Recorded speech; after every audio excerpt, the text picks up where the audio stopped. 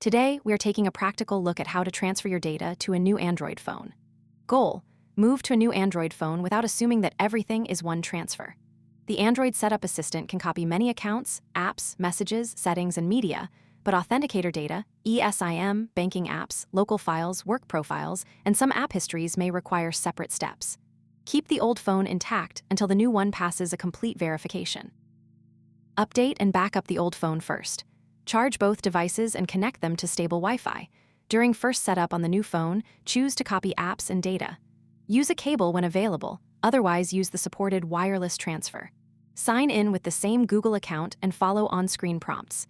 Handle eSIM, authenticator, banking, and messaging apps separately as required.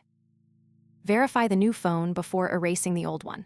Expected result: the new Android device contains the data and accounts you need, and anything that does not transfer automatically is identified before the old device is reset. Both phones unlocked and charged. The Google account password and 2FA method. A compatible USB cable adapter if using wired transfer. Wi-Fi credentials.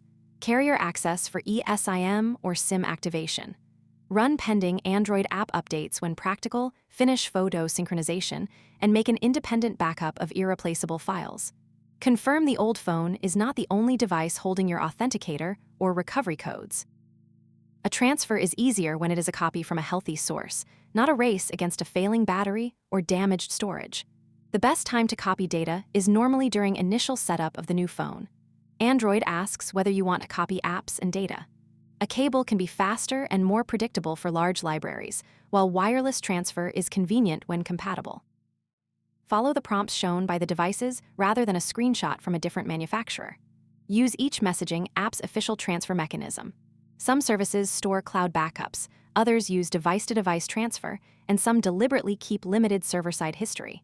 Do not reset the old phone until the conversations that matter are visible on the new phone. Transfer authenticators using the supported method and keep recovery codes available.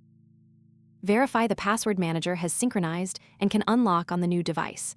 Test important passkeys or account sign-ins while the old phone still exists as a fallback. Carrier procedures differ.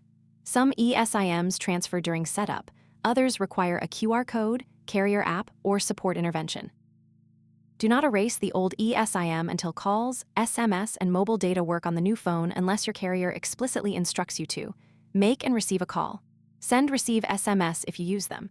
Test mobile data away from Wi-Fi. Open recent photos and videos. Check contacts and calendar. Open important messaging histories. Sign in to banking work apps. Test password manager and authenticator. Open locally stored documents. Transfer stalls. Keep both phones powered, verify Wi-Fi cable stability, and restart the supported transfer flow rather than using unknown cloning apps. An app is installed but empty. That app may not migrate local data. Use its official backup restore method. Photos looking complete. Compare cloud upload status and recent dates on the old phone. Mobile service does not activate. Follow carrier eSIM SIM instructions. Do not factory reset the old phone on the same day merely because the home screen looks similar. Keep both devices on trusted networks during account migration. After verification, remove accounts and reset the old device properly before sale or recycling.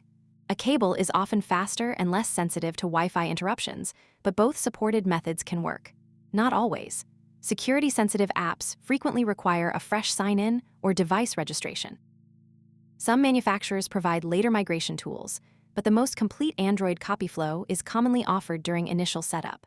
A phone-to-phone transfer should be treated as a migration, not as proof that every account and application state survived.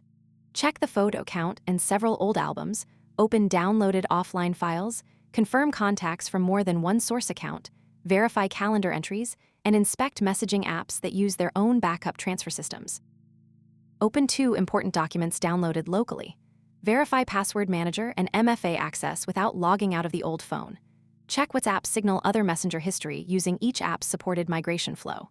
Pay special attention to transit tickets, government ID apps, secure workplace containers, offline media, voice recordings, and downloaded maps. Many of these are intentionally device-bound or not included in generic Android backup. The key principle: the old phone is your rollback until the new phone has proven that all critical data and access paths work.